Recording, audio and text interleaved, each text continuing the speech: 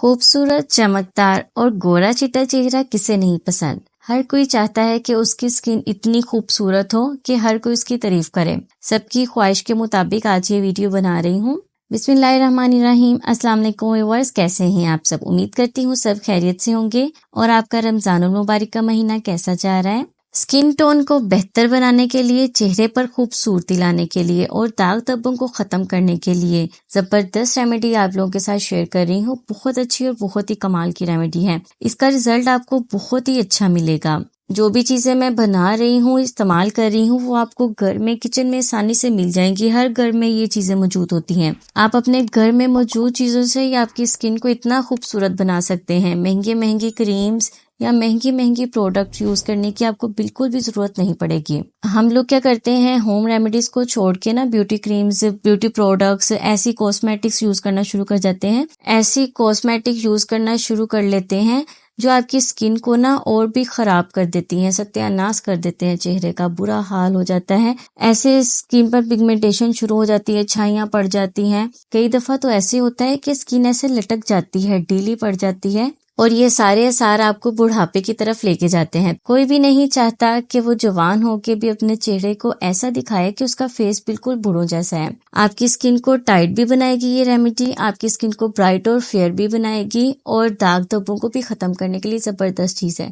अगर फेस पर एक्नी है ना, तो एक्नी को भी खत्म करेगी। इसके लिए आपने ले लेना है बेसन आपने लेना है 1 चम्मच और मुलट्ठी का पाउडर आपने लेना है आधा चम्मच। मुलट्ठी का पाउडर आपकी स्किन के लिए बहुत अच्छा है। ब्यूटी क्रीम्स या प्रोडक्ट्स जो भी हम अपने फेस पर यूज करते हैं ना, उसमें मुलट्ठी का जरूर इस्तेमाल किया जाता है। मुलट्ठी क्या करेगी, आपकी स्किन को ब्राइट बनाएगी, स्किन को फेयर बनाने में आपकी हेल्प करेगी।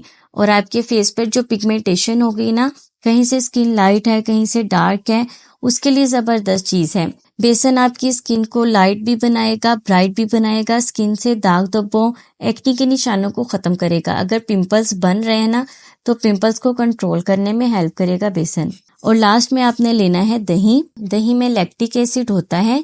यह आपकी स्किन को ब्राइट और फेयर बनाएगा। स्किन के लिए जबरदस्त चीज है दही। आपने करना ये है कि आपने सारी चीजों को ना अच्छी तरह से मिक्स करके सिर्फ 2 मिनट के लिए रख देना है।